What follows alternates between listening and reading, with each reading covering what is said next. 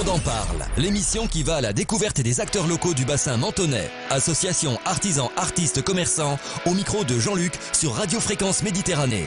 1 heure d'interview pour découvrir la richesse du tissu local. 1 heure d'interview sur la radio de la Riviera française, Radio Fréquence Méditerranée. Retrouve-nous en direct vidéo sur notre page Facebook, Radio Fréquence Méditerranée.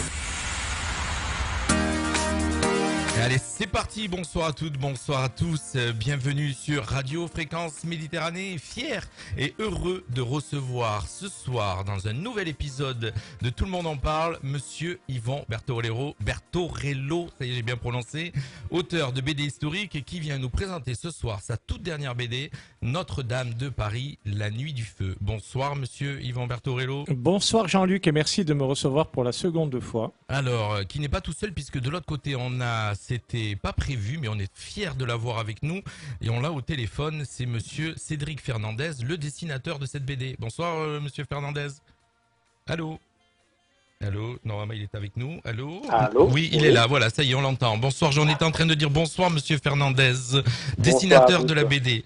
Alors, désolé, je suis tout seul à faire la technique, à tout faire, donc c'est pas évident dans notre petite radio, mais voilà, on vous a avec nous, on est fiers, donc on va parler de cette BD ce soir, Notre-Dame de Paris, La Nuit du Feu. Donc, au travers de cette bande dessinée, vous revivez heure par heure les circonstances du drame et tentez de mieux la comprendre. Dans cette BD, revivez également les moments clés de la construction de Notre-Dame et plongez au cœur de l'histoire de ce monument qui reste l'un des plus visités au monde à l'heure actuelle. Un monument historique, un drame national, Notre-Dame de Paris, La Nuit du Feu. Une BD historique de messieurs Stéphane Bern, Arnaud Delalande, Cédric Fernandez, que nous avons avec nous ce soir par téléphone, et monsieur Yvan Bertorello, que nous recevons ce soir dans nos studios. Petite surprise ce soir pour tous nos auditeurs, il nous fera l'honneur d'être avec nous. Par téléphone aussi tout à l'heure aux alentours de 19h30, c'est monsieur Stéphane Bern. Alors, on va resituer un petit peu l'histoire de cet événement avec ce petit résumé. Donc Paris, le 15 avril 2019 vers 18h20. Un feu démarre sous la charpente de Notre-Dame de Paris. Une demi-heure plus tard, l'incendie se généralise à l'ensemble de la cathédrale et malgré l'intervention acharnée et héroïque des pompiers, l'impensable finit par se produire. La flèche, œuvre de l'architecte Viollet-le-Duc, s'effondre dans un déluge de débris, de fumée et de flammes. Les yeux du monde entier assistent alors impuissants à ce qui pourrait devenir la destruction en direct de l'un des grands fleurons du patrimoine de l'humanité. Yvan Bertorello, auteur de cette nouvelle BD historique, mais pas que. Plusieurs BD historiques déjà à votre actif, 17 si je ne me trompe pas. Nous en avions parlé dans une précédente émission et nous y reviendrons d'ici la fin de cette émission. Pour l'heure, c'est votre toute dernière BD qui fait l'actualité ce soir. Une idée de vous et pourquoi? Et derrière, monsieur Cédric Fernandez pourra bien sûr intervenir aussi par rapport à ce que nous allons dire. Étant passionné par le patrimoine et en particulier par le patrimoine sacré, lorsqu'il y a eu cet incendie, moi je me trouvais à Orly, je prenais l'avion pour rentrer chez moi aux alentours de 20h lorsque le feu s'est déclaré.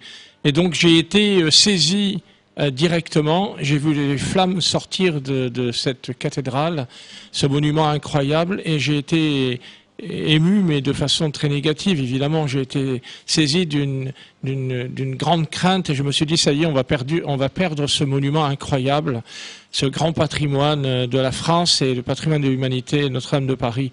Et tout de suite, je me suis dit, j'espère vraiment qu'on va pouvoir sauver cette cathédrale, étant extrêmement, vraiment, comment je veux dire... En plus, vous êtes aussi un spécialiste du monde religieux. Oui, donc je rajoute un petit peu. Voilà, je connais bien le monde religieux, le monde sacré. J'ai fait beaucoup de documentaires à ce sujet dans différents lieux, en France et à l'étranger. Donc j'étais vraiment très saisi, très choqué par ce qui se passait. Et je n'avais qu'une hâte, c'est d'arriver chez moi pour regarder les informations. Et j'ai suivi une bonne partie de la nuit ce terrible incendie de Notre-Dame. Puisque c'est resté en boucle sur les télés toute la nuit. Hein. Oui, mais les télévisions du monde entier étaient en direct pour ce terrible événement. Et le lendemain, j'ai regardé de nouveau la télévision. Je me suis un petit peu assoupi quand même. Et je sais plus sur quelle chaîne c'était. Peut-être BFM. J'ai entendu Stéphane Bern qui était extrêmement ému jusqu'aux larmes même, disant à quel point il était touché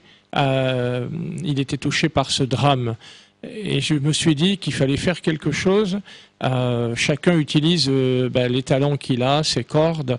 Moi, c'est de faire des bandes dessinées, des documentaires. Et j'ai eu l'idée tout de suite de faire une bande dessinée. Et très rapidement, je l'ai proposé à Stéphane Bern.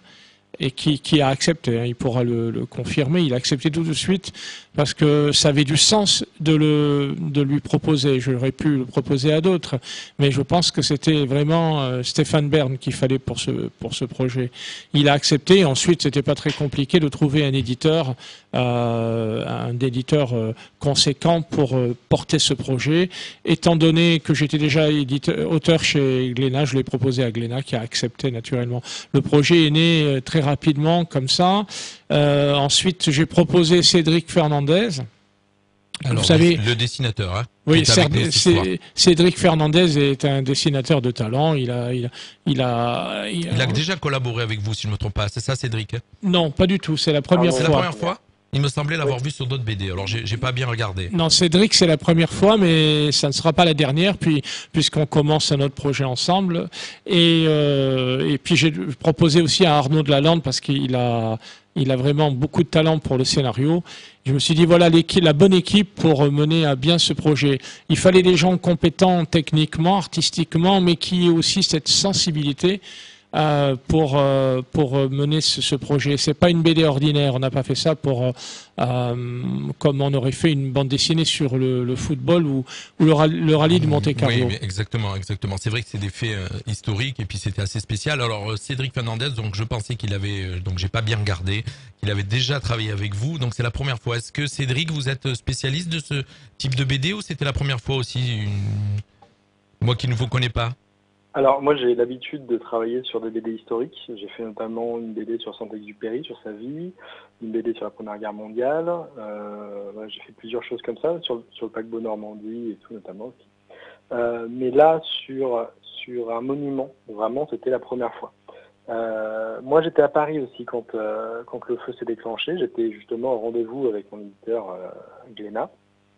Et quand je suis sorti du métro à la fin de mon rendez-vous, donc j'ai vu cette fumée qui passait au-dessus. Je crois qu'on voyait de tout Paris, c'est ça? Voilà. Et en plus, moi, mon hôtel n'était pas très loin, finalement, à vol d'oiseau de la cathédrale. Et ce qui fait que, comme je pense tous les Français à ce moment-là, forcément, j'ai été pris par l'émotion.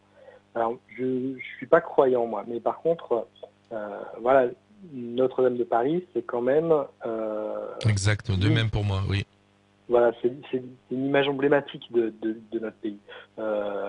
Au même point que la Tour Eiffel, Exact. Voilà, je vous rejoins là-dessus puisque de même, je ne suis pas croyant, mais quand j'ai vu ces images-là, c'était une partie de notre patrimoine qui est en train de partir en fumée et c'était assez choquant et surtout quand on est, j'allais dire, patriote. Oui, qu'on tient à son pays, qu'on aime son pays, effectivement. Exactement. Et donc, forcément, alors, moi, j'ai pas été comme Yvon tout de suite, j'ai pas forcément pensé à faire une BD, parce que j'étais vraiment sous le choc. Mais voilà, tout ça, toutes ces images, toute cette émotion qui était ressentie à ce moment-là, de moi et des gens qui étaient autour de moi, parce que forcément, comme tous les gens qui étaient pas très loin, je suis allé sur les ponts pour voir justement de loin cette cathédrale en flammes. Et forcément, tout ça, ça a nourri le travail que j'ai pu faire aussi dessus, en essayant de retranscrire un peu cette sensation, cette émotion pendant cette nuit-là. D'accord. Alors, je vais profiter que je vous ai au téléphone avant de revenir sur Yvon. Pour faire tous ces dessins, vous avez travaillé donc parce que j'ai lu la BD et j'étais d'ailleurs, je le disais hors antenne tout à l'heure avant qu'on démarre cette émission avec Monsieur Bertorello, j'ai été épaté par l'ensemble des dessins, la qualité des dessins et surtout tout le côté historique dessiner. Vous avez travaillé sur quoi pour pouvoir arriver sur quel élément pour donner autant de détails? Vous avez été sur place? Vous avez sur des images, sur des photos? Oui, sur beaucoup de la documentation, des photos d'archives, beaucoup de recherches, un temps de recherche vraiment conséquent sur cet album-là, quasiment la moitié du travail, en sachant qu'un album comme ça prend à peu près une année pour... Et vous l'avez fait en 6 mois, je crois. Et je l'ai fait en 6 mois, mais alors j'ai pas compté mes heures sur les journées. 5 mois. Alors il y a Yvon qui me fait signe puisqu'il a la caméra. On profite, on est diffusé sur la FM et sur le web et en live Facebook. Il vient de faire un signe et de dire 5 mois. Donc au niveau du dessin, ça a été puisqu'il y a eu beaucoup de travail de recherche, donc le dessin ça a dû être une course. Oui, une course, mais surtout en fait je voulais faire ça vraiment bien. Je voulais pas que ce soit justement un album fait à la va-vite comme on peut faire de temps en temps. Quand il y a un fait d'actualité. Là, je voulais vraiment que ce soit qu'on rende hommage à la beauté d'édifice, que tous les petits détails y soient. C'est ce que j'ai pu voir, exact. Voilà, ce monument est beau et voilà. Donc effectivement, la cathédrale avec toutes les statues, toutes les moulures, tous les bas-reliefs, etc. C'est excessivement long à dessiner, mais c'était le challenge. Je me suis dit, si je le fais bien, quoi. Et en plus, j'avais envie de le faire bien, parce que justement, Notre-Dame de Paris le méritait. C'est pas n'importe quoi, comme on disait tout à l'heure. C'est vraiment emblématique, et je pense que tout le monde a une relation avec cette cathédrale. Donc il fallait que ce soit... Exactement. Croyant et non croyant, je pense, comme on le disait. Comme on le disait et tout on à a l'heure. pris... moi et toute l'équipe, toute l'équipe a fait un travail formidable dessus. Arnaud, aussi, le scénariste, a fait un travail exceptionnel. Et tout le monde a travaillé vraiment sur la documentation, sur aussi les différentes sources, puisque Arnaud est allé chercher... à Notre-Dame, à la Fondation Notre-Dame, voilà. Chez les pompiers, enfin... Ouais. Il y a un énorme travail de documentation au préalable. On voit que la BD est vraiment documentée. Donc si j'ai bien compris, en fin de compte, vous étiez 4, donc avec Stéphane Bern, vous êtes le seul à avoir travaillé sur la BD, le dessin. C'est ça. Oui. Et les 3 autres ont travaillé sur tout le côté historique et le scénario. Voilà, c'est ça. Et alors moi je fais les dessins en noir et blanc, et c'est Franck Perrault qui met la couleur dessus. D'accord. Franck Perrault, c'est donc le coloriste qui est aussi aquarelliste. Et donc il a fait toute la couleur de l'album. Donc en réalité on est 5 sur l'album. D'accord, voilà. Ouais, alors il y en a que 4 de notés sur la planchette de présentation. On fait donc pareil. Donc un grand bravo à monsieur. C'était donc son nom, vous venez de le dire. Franck Perrault. Voilà, ok. Ben écoutez, merci Cédric d'avoir été avec nous ce soir. Je vais repasser ce truc et puis je vais vous laisser reprendre votre. Vous êtes en train de travailler sur quoi actuellement? Alors là, je suis en train de finir la couleur d'une planche pour justement Yvon. Des personnels, donc voilà. Et sinon après, on va partir sur un autre projet sur les énergies renouvelables. Sur Yvon, je sais pas. D'accord. Voilà. Des projets en cours, on en a pas mal. Donc, et je rappelle que vous travaillez principalement pour les éditions Glénat, si j'ai bien compris. Voilà, là en ce moment, pour les éditions Glénat. D'accord. Merci, monsieur Fernandez, d'avoir été avec nous ce soir sur notre petite radio locale. Merci beaucoup. Bonne soirée. Au revoir, Cédric. Voilà, merci. Au revoir. Voilà, monsieur Cédric Fernandez, le dessinateur donc de cette BD, qui a travaillé sur cette BD Notre-Dame de Paris, La Nuit du Feu. On va revenir à Yvon. Mais Cédric a bien fait, on oublie souvent de citer le coloriste, même s'il n'est pas auteur au sens strict. La couleur, c'est fondamental dans une bande dessinée. Et quand on a un très bon coloriste, la BD prend une autre ampleur. Et là, il a vraiment du talent, ce coloriste, il faut le reconnaître. Effectivement, c'est bien de le noter. Cédric a bien fait. Mais comme vous l'avez vu, cette bande dessinée est extrêmement documentée. Avec Arnaud, on a vraiment c'est la question que j'allais poser, effectivement, Yvon. J'allais dire, donc, beaucoup de faits, pour les faits historiques qui relatent une partie de notre histoire aussi, puisque dans cette BD, il y a de l'actuel, le moment, le soir même, et il y a beaucoup de flashbacks sur l'histoire. On ne pouvait pas faire une BD sur Notre-Dame de Paris en évoquant seulement le feu. La nuit du feu, évidemment, raconte le drame, je dirais presque en détail, mais on était obligé de mentionner les quelques grands moments, les grandes heures de Notre-Dame. La fondation la pose de la première pierre en 1163 par Monseigneur de Sully, les grands événements, le couronnement de Napoléon Ier, parce que je crois que c'est le seul souverain à être couronné à Notre-Dame. Les autres, les rois étaient couronnés à Reims et quelques-uns ailleurs. La constitution de la flèche par Viollet-le-Duc au 19e, le Tédéum avec le général à la libération de Paris. Vous voyez, on était obligé de parler des grands événements de Notre-Dame. De la pose de la première pierre en 1163, je fais exprès de le redire, 800 ans, vous imaginez un peu c'était exceptionnel. C'est pas Notre-Dame de Paris. Cédric évoquait la Tour Eiffel. Mais la Tour Eiffel, on n'arrive pas à s'imaginer. C'est fin 19e, la Tour Eiffel. C'est sympathique, c'est un tas de fer. Notre-Dame de Paris, ça a 800 ans. C'est l'âme de la France. De la France chrétienne, forcément, 2000 ans d'histoire, mais aussi de tous ceux qui aiment la France, qui sont patriotes, qui aiment ce pays, son histoire, ses monuments. C'est l'église des églises en France. C'est un monument incroyable. Donc tout le monde a été ému, les croyants, les incroyants. Donc on ne pouvait pas faire un beau projet sur Notre-Dame de Paris. Je pense qu'on y a pas mal réussi, puisque cette bande dessinée plaît. Alors effectivement, hein, donc vous avez la petite image qui est en train de diffuser sur notre image de direct, mais en même temps je vous la montre. Je l'ai regardé, je l'ai lu, et vraiment sincèrement, Yvon, je connais votre travail puisque je vous ai déjà reçu à la radio et on reparlera de quelques albums que vous avez déjà. Vous êtes spécialiste, je rappelle, spécialiste de BD historique, et j'ai été quand même, j'ai adoré celle-ci. J'ai adoré celle-ci. Ouais, merci. Elle est vraiment très très belle.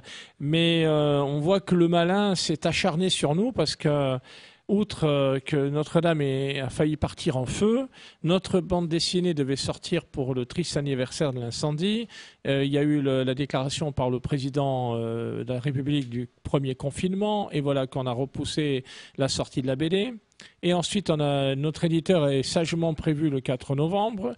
Et de nouveau, le président décide du deuxième confinement. Donc cette BD a un vrai parcours du combattant. Notre-Dame de Paris a été, on va dire, entre guillemets, maudite. Alors, donc maintenant, elle est en librairie, en tout cas à partir de samedi. Merci au président de la République de nous permettre de vivre un peu et aux librairies d'ouvrir. C'est très très important que le monde de la culture puisse respirer, surtout en cette période qui prépare les fêtes de la Nativité de Noël.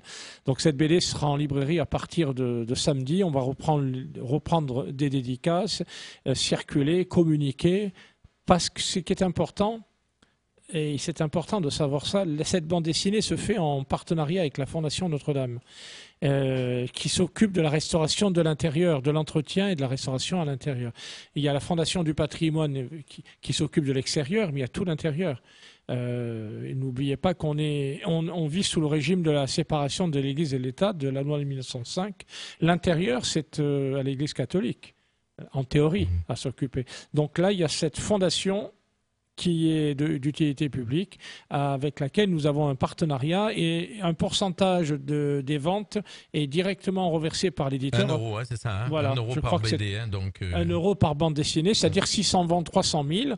Eh bien, 300 000 euros seront reversés. 300 000 euros seront reversés par notre éditeur Glénat à la Fondation Notre-Dame, vous voyez. D'accord. C'est la même fondation qui va recevoir les dons qui ont été faits par les particuliers, les mécènes, quand on Alors, il y a deux fondations. Il y a la Fondation du patrimoine, à laquelle Stéphane Bern est lié, tout le monde le sait, et puis à la Fondation Notre-Dame, qui est une fondation diocésaine reconnue d'utilité publique, qui est habilitée à recevoir des dons pour Notre-Dame. Mais là, c'est pour l'intérieur. Ok, voilà. Merci Yvon. Alors, donc pour ce soir-là, vous avez dessiné, donc dans cette bande dessinée, vous avez retracé donc tous les faits qui se sont déroulés cette nuit-là. Comment avez-vous réuni toutes les informations que vous avez pu, donc par rapport à la nuit et même pour créer votre scénario? Alors, on a lu j'allais lire tous les livres. Il n'y en avait pas beaucoup qui étaient sortis à l'époque.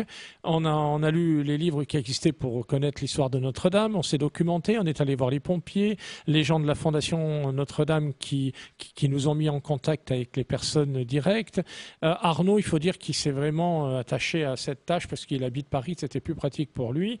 Et on nous a donné vraiment toutes les informations qui sont vérifiées. Certaines informations se trouvent même pas dans les livres qui sont sortis. Ce sont quelquefois des petits scoops.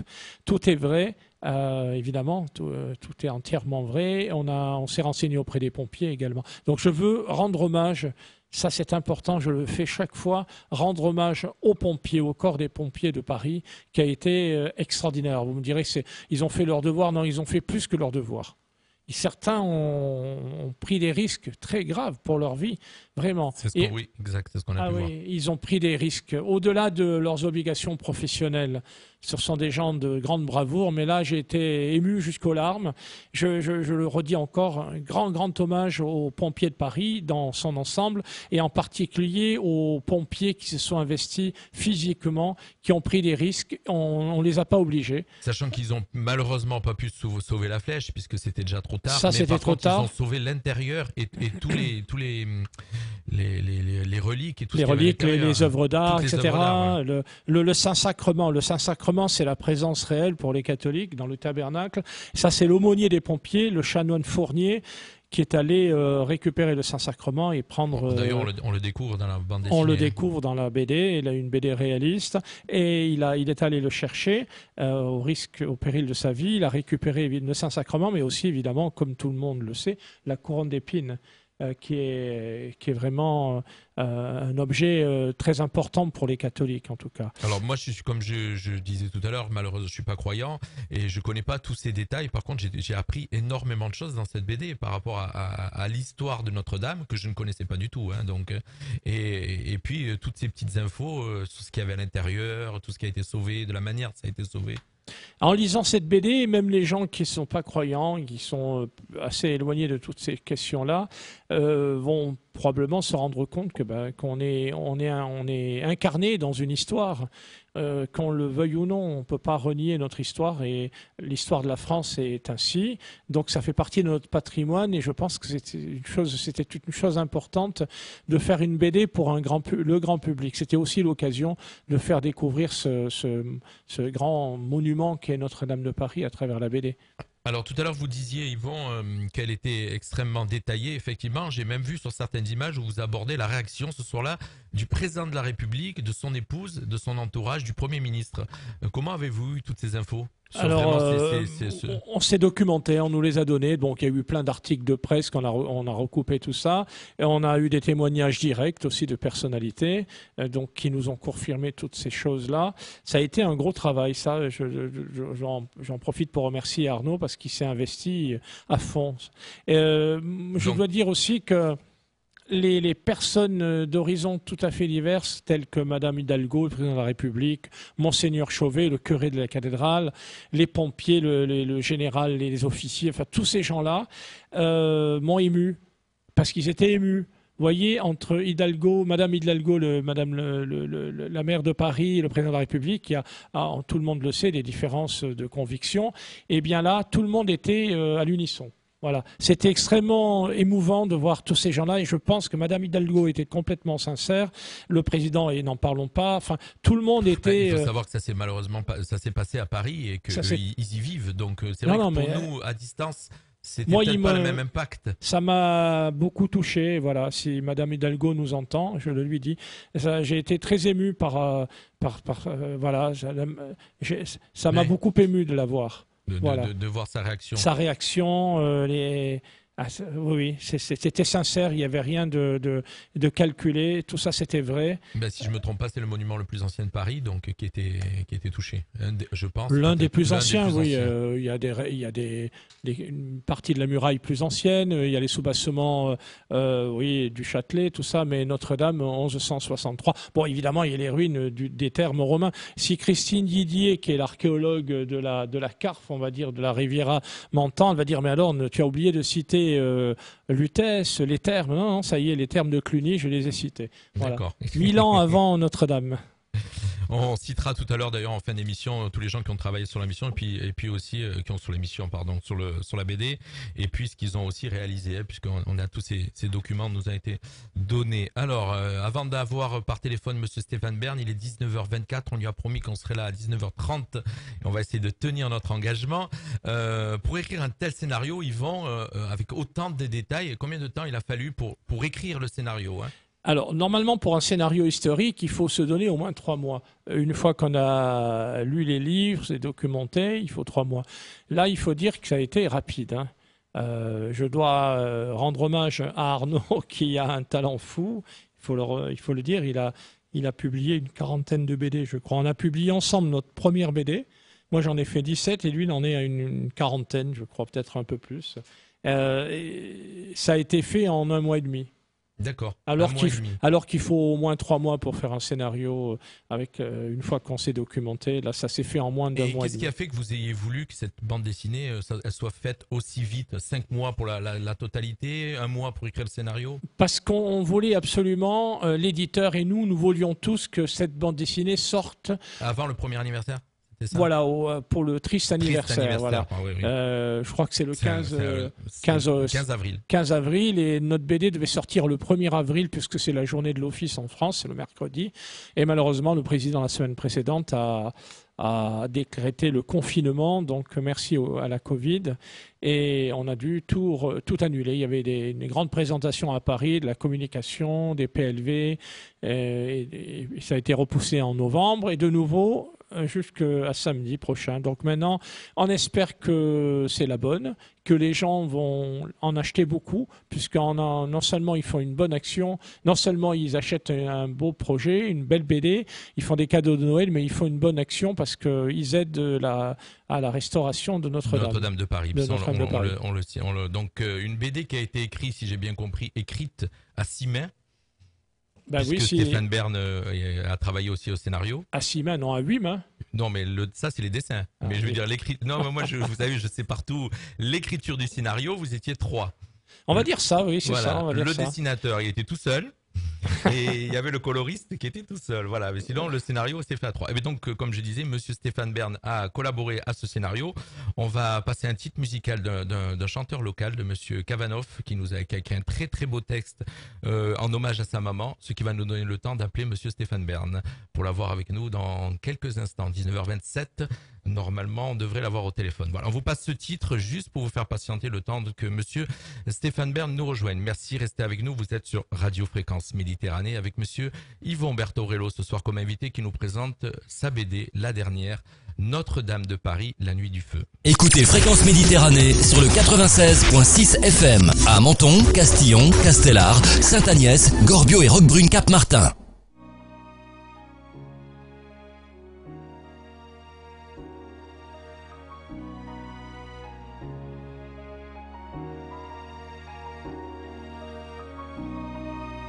This is majestic.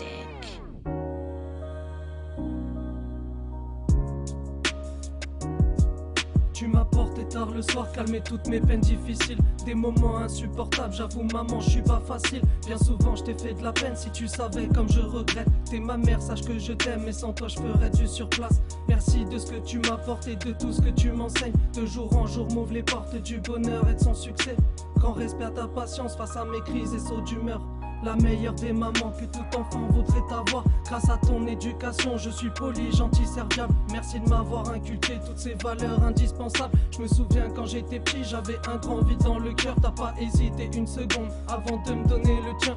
On a fait millions de choses ensemble, me laissant que de bons souvenirs. Et ma plus belle vision du monde restera celle de ton sourire. Pour toi, je remplirai le cahier vu qu'il m'est plus facile d'écrire. Et puis je trouve ça bien plus joli de dire merci en poésie. Rien ne m'empêchera de crier que t'es gravé dans mon cœur. Merci d'être là pour m'épauler dans les moments pires ou meilleurs. Pour toi je remplirai le cahier vu qu'il m'est plus facile d'écrire. Et puis je trouve ça bien plus joli de dire merci en poésie. Rien ne m'empêchera de crier que t'es gravé dans mon cœur. Merci d'être là pour m'épauler dans les moments pires ou meilleurs. Voilà, alors j'ai pas mis la chanson en entier, mais on vous la fera écouter avant la fin, puisque on a avec nous monsieur Stéphane Bern ce soir. Bonsoir monsieur Stéphane Bern. Bonsoir à tous. Merci de votre accueil. Un grand merci d'avoir accepté l'invitation à rejoindre notre émission ce soir. Ça touche, on est un petit peu ému. Je suis un petit peu ému. On connaît votre attachement aux monuments historiques grâce à vos actions tant personnelles que médiatiques. Quelle a été votre motivation de rejoindre ce projet BD avec monsieur Yvon Bertorello, que je crois que vous connaissez un tout petit peu? Oui, absolument. Et puis, non seulement je connais depuis très longtemps Yvon Bertorello, mais aussi je connais le travail qu'il effectue depuis des années avec Arnaud Delalande, qui a imaginé, qui est scénariste et qui fait des bandes dessinées formidables avec Yvon Bertorello. Donc, je savais que je pouvais avoir confiance, que le trait et le texte seraient absolument en accord avec mes convictions. Et il se trouve que cette BD sur Notre-Dame de Paris, la nuit du feu, permet d'aider aussi, de soutenir les actions de la Fondation Notre-Dame et de participer ainsi, puisque c'est l'une des 4 fondations qui a été retenue pour soutenir la restauration de Notre-Dame. Donc c'est aussi faire un geste caritatif utile c'est en quelque sorte apporter sa pierre à l'édifice pour la reconstruction de Notre-Dame. Je n'aime pas le mot reconstruction parce qu'elle n'a pas été détruite, et c'est une restauration à l'identique qui s'impose pour que tous les amoureux de ce sanctuaire religieux important puissent la retrouver comme elle a été, et comme elle a été classée surtout. Alors, en ce moment, il y a quelques polémiques pour savoir si on peut faire ceci, faire cela à l'intérieur. Non, c'est un monument historique. L'Église est affectataire de ce monument qui appartient à tous les Français, donc qui appartient à l'État, et on doit le restaurer dans son état de classement. Alors à l'historique, c'est bien ce que vous êtes en train de dire, puisque j'ai pu voir au début, il y a eu plein de projets un petit peu farfelus qui étaient pour reconstruire cette flèche. Et apparemment, je crois que c'est un projet de reconstruire la flèche à l'identique qui a été retenu. Oui, vous savez, l'État ne peut pas s'affranchir des règles qu'il impose à tous les propriétaires ou détenteurs de monuments historiques. En l'occurrence, on ne peut pas faire des gestes architecturaux contemporains sur les monuments en s'affranchissant du droit de protection du patrimoine. Donc il y a des accords qui ont été signés à Venise en 1964 qui fait que ces accords font que vous devez restaurer dans le dernier état connu de classement. Et le dernier état connu de classement, c'est avec la flèche de Viollet-le-Duc. On l'aime pas, mais vous savez, tous les amoureux de Notre-Dame aiment cette flèche, et donc il faut qu'on puisse la revoir comme elle était. Voilà, après on peut toujours... Je pense que les médias se sont un petit peu enflammés. Au début, oui, tout le monde s'est un peu enflammé. Vous savez, c'est assez terrifiant. Si on y réfléchit 2 minutes, c'est-à-dire qu'il y a une course à la modernité. C'est-à-dire qu'aujourd'hui, cette pauvre cathédrale Notre-Dame de Paris, elle a résisté aux guerres, aux révolutions, aux pillages, aux saccages, à tous les soubresauts de l'histoire. Et elle n'a failli pas résister. Mais elle a du mal à résister à la modernité arrogante. Exact. Parce que c'est ça, on veut toujours créer de la modernité. Mais faisons de la modernité là où il y en a besoin, et là où il n'y a rien. Il y a suffisamment d'espace pour créer des monuments nouveaux, mais pas là. Exactement. En plus, je sais que vous y êtes attaché à ça, à faire attention à ce que ça soit reconstruit à l'identique, puisque déjà vous vous occupez du loto du patrimoine et vous connaissez tout notre patrimoine par cœur, et je sais que vous vous attachez énormément à ce que ça reste à l'identique. Oui, c'est mon combat, mais je vois que c'est le combat aussi de la ministre de la Culture, ce qui est assez rassurant, et donc de l'État. Il faut qu'on retrouve Notre-Dame comme on l'a aimée, comme elle était. Et encore une fois, c'est pas une question d'esthétisme, c'est pas une question de choix particulier, mais c'est une question de droit et de loi. La loi s'impose à tous de la même façon, qu'on soit l'État ou un petit propriétaire privé. C'est bien de le rappeler. Alors dans cette collaboration, dans ce quatuor, puisque vous étiez 4, quel a été principalement votre rôle, monsieur Stéphane Bern? Moi, l'idée c'était surtout de superviser le texte historique qui accompagne cette bande dessinée Notre-Dame de Paris. Comme vous le savez, je ne suis ni scénariste, ni je n'ai un joli coup de dessin. Je laisse ça à tous ces talentueux. Yvon Bertorello connaît très bien et la chose religieuse et le patrimoine historique. Non. Et je trouve que, honnêtement, c'est une BD qui va pour les enfants comme pour les adultes. Elle se lit très agréablement. Exactement. Les dessins sont superbes, vraiment. Et donc non, je me réjouis. J'ai été plus qu'agréablement surpris quand j'ai vu le résultat. On m'a envoyé quelques planches, évidemment, au cours de la conception. Mais je savais qu'avec Arnaud Delalande, Cédric Fernandez et Yvon Bertorello, bien sûr, encore une fois, on n'allait pas faire quelque chose d'iconoclaste. Au contraire, tous les amoureux de Notre-Dame, tous ceux qui, comme moi, sont attachés à ce sanctuaire religieux, qui est aussi un livre d'histoire de France. Faut pas oublier, c'est 850 ans qui racontent notre histoire nationale. Eh bien, voilà, on la retrouve comme on l'aime, et puis ça rend un hommage aussi aux soldats du feu, aux pompiers qui ont sauvé Notre-Dame. Enfin, au péril de leur vie, ils ont protégé le monument. Vous savez, nous, on est là avec nos crayons ou avec notre ordinateur à faire des textes, mais eux, ils sont avec leur lance à incendie et ils essayent de sauver ces pierres. Ils ont risqué leur vie, surtout, oui. Ils ont risqué leur vie. Exactement, au péril de leur vie. Il ne faut jamais l'oublier. Donc, je suis très reconnaissant, moi, aux soldats du feu. Je crois qu'on avait envie, dans cette BD, de leur rendre hommage. En fin de compte, précédemment, vous venez d'un petit peu de répondre en partie à la question que j'allais vous poser. J'allais vous dire, au-delà des religions, ce monument est un jalon de notre histoire, mais aussi beaucoup plus. Ah oui. Oui, beaucoup plus que notre histoire. Mais c'est tout cela à la fois. C'est-à-dire qu'il ne faut pas considérer Notre-Dame seulement comme un monument historique, c'est aussi un sanctuaire religieux. Et je crois que voilà, il ne faut jamais dissocier. Ça rappelle aussi la tradition chrétienne de la France. Je sais que ça peut déranger, ça peut surtout en ce moment. Surtout en ce moment, il faut surtout cacher ce prix Dieu que je ne saurais voir. Mais en réalité, ça rappelle d'où vient la France. Et puis, je crois que c'est une bonne chose. Quand on a des amarres solides, on peut aller beaucoup plus loin dans l'acceptation des autres et de la différence. Mais encore faut-il se souvenir d'où on vient et qui on est. Et je trouve que c'est en cela que Notre-Dame est un symbole important. D'ailleurs, vous avez vu l'émotion collective des Français, et par-delà des Français, du monde entier lors de l'incendie de Notre-Dame. C'est-à-dire que c'est pas seulement un édifice religieux, c'est pas seulement un monument historique, c'est un livre d'histoire, c'est un symbole, c'est un lieu emblématique qui a été popularisé aussi par Victor Hugo, avec son roman Notre-Dame de Paris. Et je rappelle, parce que c'est très important de le souligner, c'est que Victor Hugo le premier a fait ce que j'essaye modestement de faire aujourd'hui, c'est de s'élever contre les démolisseurs. Il a publié un texte juste avant Notre-Dame de Paris qui s'appelle « Guerre aux démolisseurs » contre tous ceux qui veulent faire du passé table rase en détruisant les richesses de notre patrimoine. Donc voilà, je m'inscris moi dans cette tradition, celle de Victor Hugo, qui est de dire « Défendons ce patrimoine qui raconte notre histoire et qui au fond nous plonge dans nos racines et nous rappelle qui nous sommes réellement ». C'est tout à votre honneur, monsieur Stéphane Bern. Alors, Notre-Dame de Paris sera sauvée, restaurée. Pensez-vous y consacrer une émission spéciale, comme vous savez si bien le faire? J'ai déjà fait plusieurs émissions sur Notre-Dame, pas Notre-Dame. Mais après, maintenant.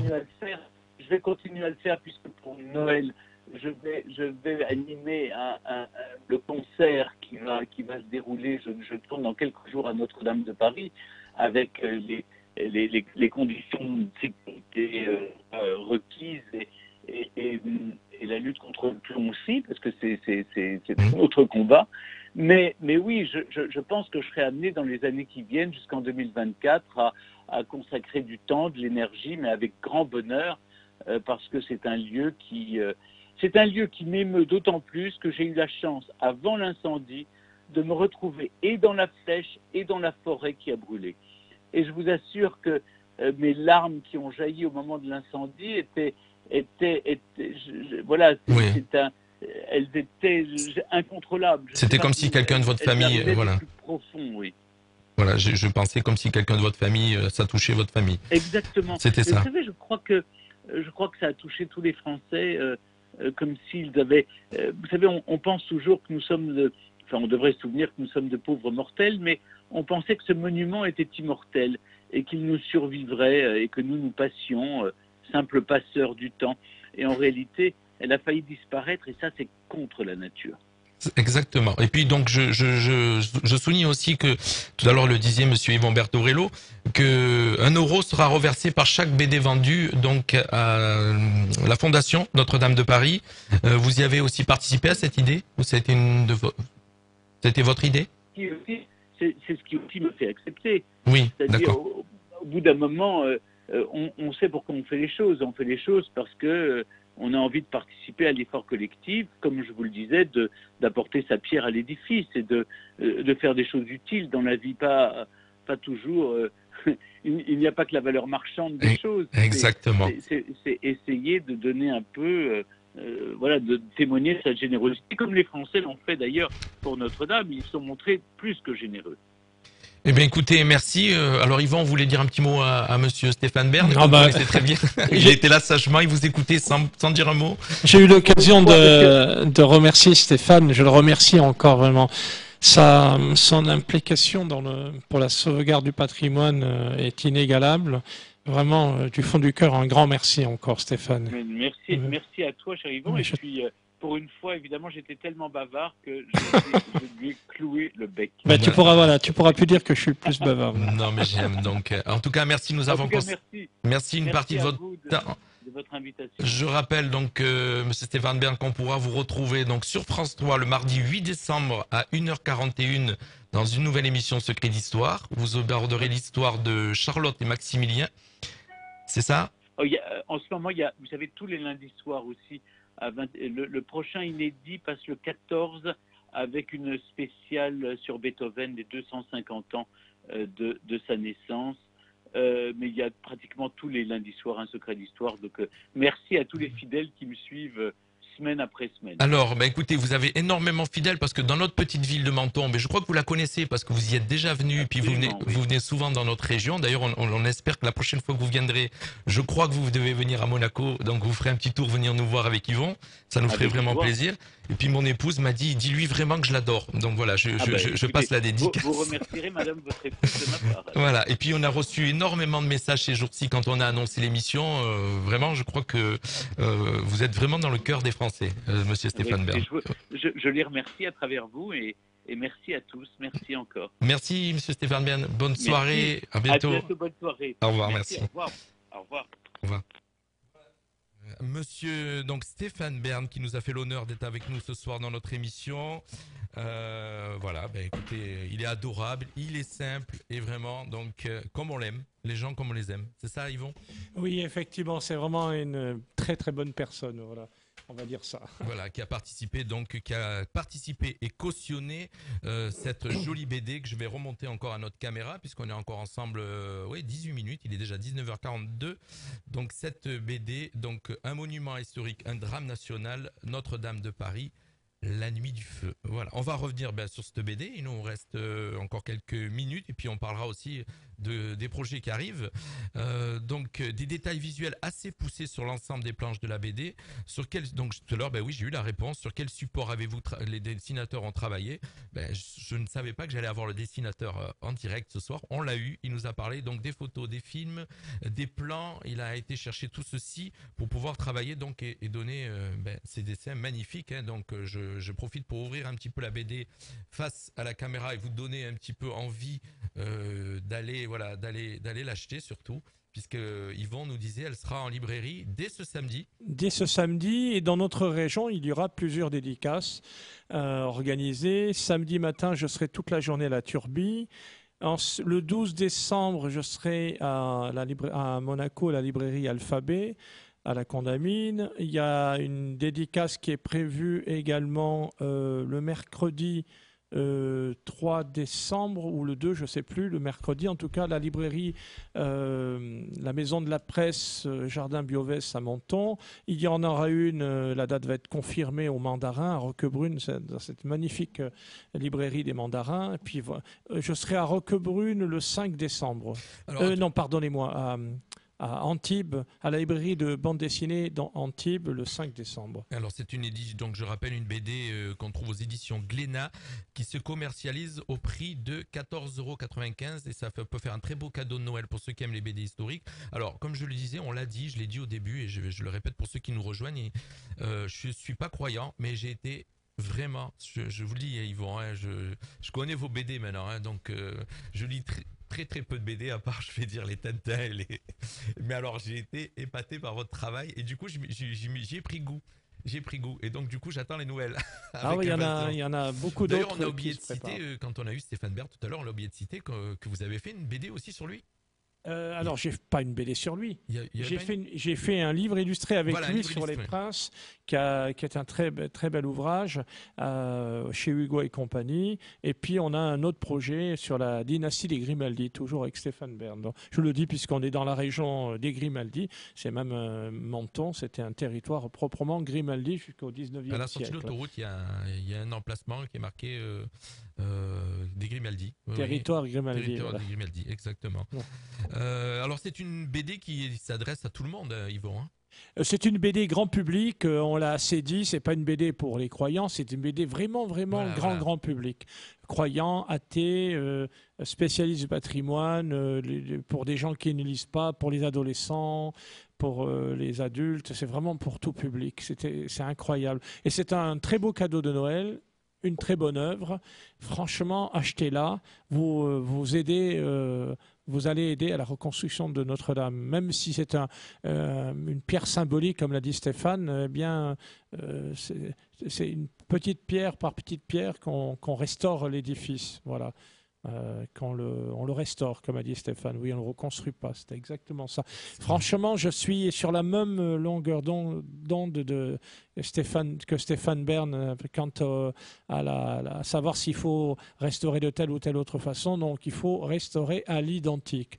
Dieu merci, il y a des textes, comme l'a dit Stéphane Bern. Eh bien, respectons-les. Je vais aller même plus loin. Les vitraux. Il y a des gens, certaines personnes, même des gens du clergé, qui ont imaginé, ça m'a un peu choqué, pas surpris, choqué, vous voyez, qu'on puisse imaginer de mettre des vitraux modernes. Ben non, reconstituons les vitraux, et c'est une occasion de faire travailler aussi tous ces corps de métier, ces compagnons. Il y a des maîtres verriers, enfin, il y a des menuisiers d'art. On en a un spécialiste à Castillon, hein, qui fait d'ailleurs du vitrail, je ne le savais pas. Et qui a travaillé sur tous les monuments donc religieux de Monaco. Voilà. Qui a refait les vitrail. Donc il est à Castillon. J'apprécie le style de Soulages, par exemple, qu'on a mis à Conques dans l'Aveyron, mais ça ne convient pas de mettre ça à Notre-Dame. Il faut refaire des vitraux à l'identique. Et comme l'a dit Stéphane, on n'a qu'à imaginer un monument. La modernité, c'est une bonne chose, mais il ne faut pas mélanger la modernité avec Notre-Dame. Ce serait un sacrilège. Voilà. Les médias, surtout un petit peu, tout le monde s'est un petit peu emballé dès que ça a été le moment de parler de reconstruction. Ils se sont enflammés. Tout le monde s'est enflammé, tout le monde, voilà. On va dire, sortait la sienne. Et puis c'était un peu du grand n'importe quoi. Et j'étais aussi partisan de ce que vous dites, Yvon, d'une reconstruction à l'identique. Soyons humbles devant 850 ans d'histoire. Plus de 8 siècles d'histoire. Qui sommes-nous pour décider de... Là, on décide de changer. Ah ben non, on va changer. On va complètement transformer la flèche. On va mettre des vitraux tout à fait modernes. Non, il faut absolument la reconstruire, la restaurer à l'identique. Ça, c'est vraiment très très important. Voilà, donc une magnifique BD, donc on voulait mettre en avant ce soir. Donc c'est la deuxième fois qu'il vient en studio, et puis ça sera pas la dernière, puisqu'on aura encore l'occasion de se rencontrer. Et puis sur Monaco, puisqu'on viendra vous rejoindre, Yvon, quand vous serez avec Stéphane Bern sur ce projet que vous venez de parler tout à l'heure des Grimaldi. Oui, la dynastie des Grimaldi. Voilà. Donc, exactement. Sur cette BD, je rappelle, qui a travaillé sur cette BD, donc monsieur Stéphane Bern, animateur radio et de télévision, acteur et écrivain français. Monsieur Arnaud Delalande, écrivain. Donc ses romans publiés aux éditions Grasset, aux éditions Robert Laffont, sont aujourd'hui traduits dans une vingtaine de pays.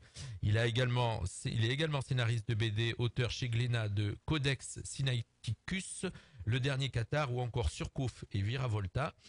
Vous avez travaillé aussi avec Cédric Fernandez, que nous avons eu en début d'émission au téléphone, donc qui est dessinateur, qui travaille aussi avec Glénat, qui a dessiné donc Normandie, paquebot de légende.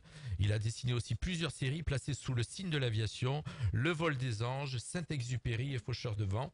Voilà, depuis 2017, il reprend le dessin de la mythique série d'Arleston, Les forêts d'Opale. Voilà. Et puis, voilà, vous ce soir avec moi, Yvon Bertorello, que je suis fier de recevoir. Et puis surtout, c'est toujours un plaisir de voir votre connaissance en matière historique pour nous présenter. Mais il n'y a pas que. Donc la BD, je rappelle que vous pouvez la trouver dès ce samedi dans toutes les librairies.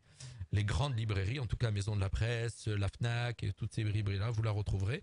Ou la commander bien sûr sur Internet si vous voulez pas vous déplacer. Je dois ajouter également que Glénat, nous remercions évidemment Glénat, tous les auteurs nous remercions Glénat parce que Glénat s'est impliqué réellement pour cette bande dessinée par une grosse mise en place, etc. Et je sais que notre éditeur fait son possible pour que cette BD aussi soit traduite dans d'autres langues. Alors l'éditeur, donc Glénat, on le disait, que vous pouvez retrouver donc toutes les infos sur www.glenat.com, G-L-E-N-A-T. Voilà, glenat.com, vous aurez toutes les infos sur la BD aussi d'ailleurs, tout ce qu'on est en train de vous dire ce soir, vous le retrouverez. Yvan, on voulait parler avant de la fin de l'émission, de parler un petit peu de vos projets, de vos futurs projets.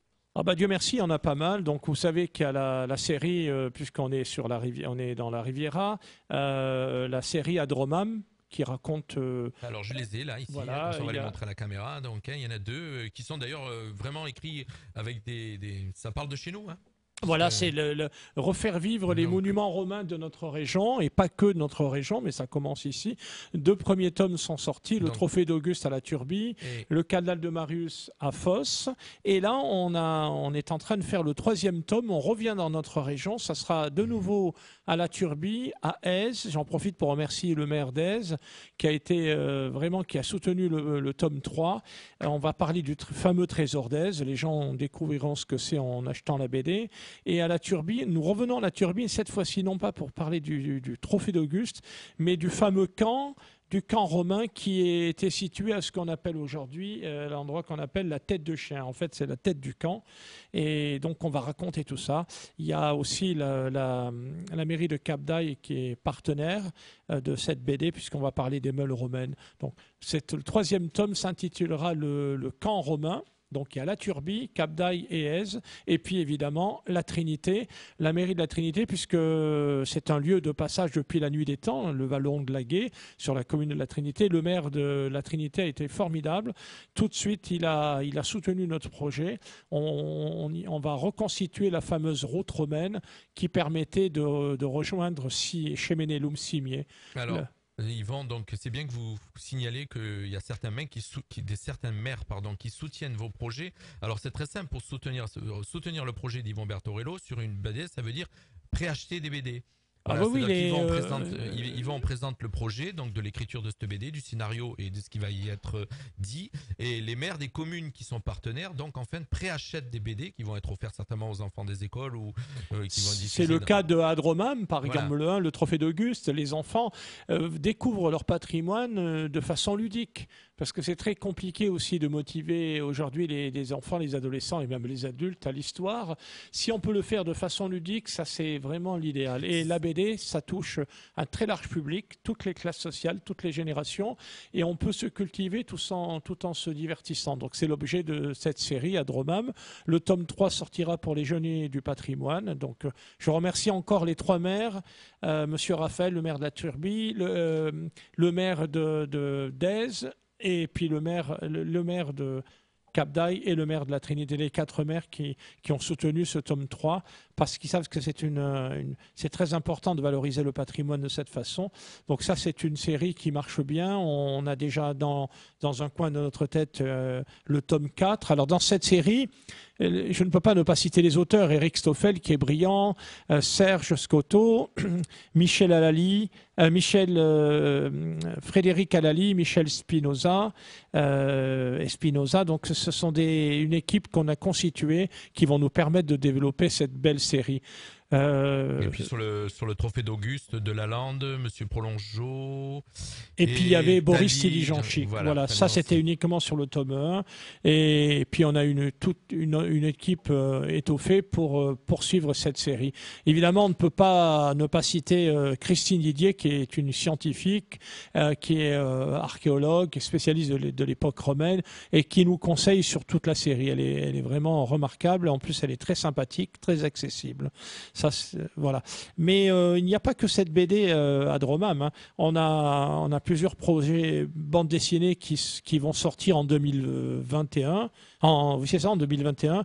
On a une BD sur le scoutisme et le Percevin, le scoutisme français, et qui est en cours. Une BD aussi sur le manuscrit de Morange, toujours avec Eric Stoffel, et puis un dessinateur italien, Beniamino Del Vecchio. Ça, c'est une sorte de club des 5. Je pense que ça va bien marcher. Et puis naturellement, une autre série qu'on a lancée avec une autre équipe, c'est une série sur les justes. Ça, c'est un projet qui me tenait à cœur. Les justes, ce sont les non-juifs qui ont caché et sauvé des juifs au péril de leur vie. C'est un qualificatif qui est donné par l'État d'Israël à Yad Vashem. Donc ça me tenait à cœur de faire, pour des raisons aussi familiales et personnelles et universitaires, ça me tenait à cœur de lancer cette série. On a la mairie de Paye qui est liée aux Justes, parce qu'il y a eu des sœurs Thomasines qui étaient justes et qui a caché des enfants juifs dans un couvent. Monseigneur Raymond, l'évêque de Nice sous l'occupation, qui est juste à Yad Vashem, qui, avec un juif de Damas, monsieur Moussa Habadi, a organisé le réseau Marcel. Ils ont caché et sauvé 537 enfants juifs. Ça fait partie de la mémoire, tout ça, c'est très important. Donc ça, c'est une série qui est en cours. Voilà, on espère avoir le département comme Nice, comme ça m'a été promis, et le département. Et puis une autre série qui est lancée et pour laquelle j'ai eu de multiples soutiens, mais pas encore les 2 soutiens qui m'avaient été promis. Mais je ne désespère pas. Alors, je pensais à la mairie de Menton, à la mairie de Roquebrune. Ça, c'est sur la série c'est la série sur la ligne Maginot, qui se fait en partenariat avec le département, une multitude de communes, et même des communes de la Roya, vous voyez, qui ont signé avant la catastrophe et de la Vésubie. D'ailleurs, on va en profiter pour féliciter le maire de Breil-sur-Roya, M. Sébastien Olaran, qui lui a signé effectivement. Oui, effectivement. Qui vous a soutenu dès le départ de ce projet. Et voilà. Donc, et on espère que les autres maires de la CARF vont faire la même chose, puisque la ligne Maginot, ça nous touche particulièrement, puisqu'on a quand même plusieurs monuments, plusieurs fortifications sur notre territoire. Non, mais c'est le début. La ligne Maginot a commencé chez nous, elle n'a pas commencé dans l'Est, elle a commencé ici. La première fortification, c'est Reims-Place, en Vésubie, en Tinée, donc ça a commencé ici. Et dans ce tome 1 qui va parler de la bataille des Alpes, Menton est au centre du scénario avec Roquebrune, Sainte-Agnès. Donc je ne peux pas imaginer qu'ils ne soient pas partenaires. J'espère qu'ils finiront par soutenir ce projet parce que c'est vraiment un très très beau projet aussi. Voilà, Yvan a tout noté, nous a tout dit ce soir, le maximum d'infos. En tout cas, voilà, vous étiez beaucoup d'auditeurs. Il y avait un auditeur particulièrement qui s'appelle Alix Bénard et qui mettait beaucoup de commentaires parce qu'il est très intéressé par tout ce qui est en train d'être dit. Vous allez sur la page Facebook.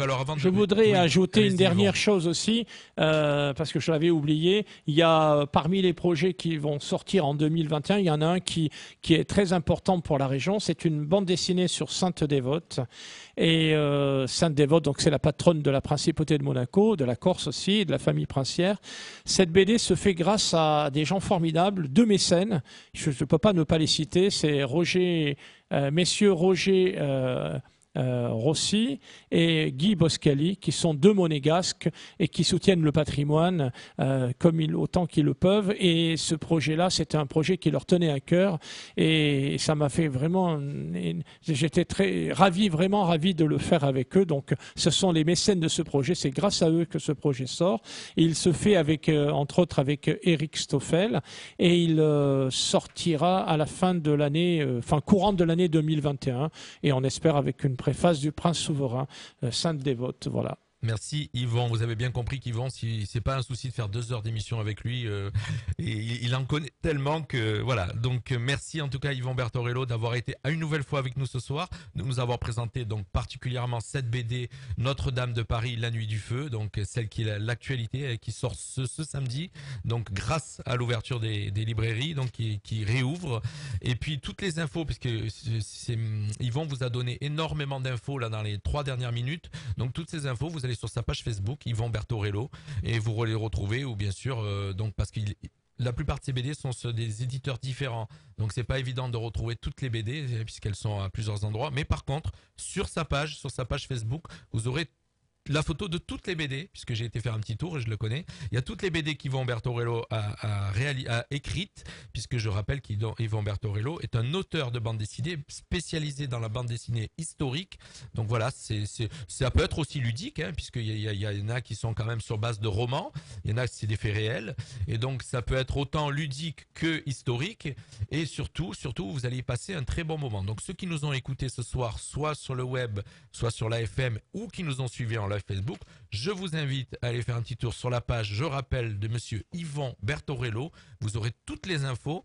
Et puis comme ça, il pourra vous répondre si vous lui envoyez un message privé que vous êtes intéressé où trouver la BD et où l'acheter. Il vous répondra et je peux vous assurer, il répond à tout le monde jusqu'à très tard puisque j'ai l'habitude des fois de recevoir des SMS au moment où je suis dans mon lit. Donc voilà, c'est juste pour la petite info. Merci Yvan d'avoir été avec nous. J'ai passé encore Merci une très beaucoup belle soirée. Jean-Luc de m'avoir reçu. Et puis Yvan, comme d'habitude, hein, vous savez que la radio est grande ouverte pour vous et qu'on se retrouvera et puis qu'on aura l'occasion certainement de recevoir ici monsieur Stéphane Bern. Merci beaucoup Jean-Luc. Merci Yvan. Allez, on continue en musique. Il est pratiquement 20h dans 10 secondes. Et puis bien sûr, merci d'avoir été avec moi. Vous me retrouverez pour le direct lundi matin de 9h à 13h. Merci à tous. Radio Fréquence Méditerranée, 96.6 FM et www.fmradio.fr. La radio de la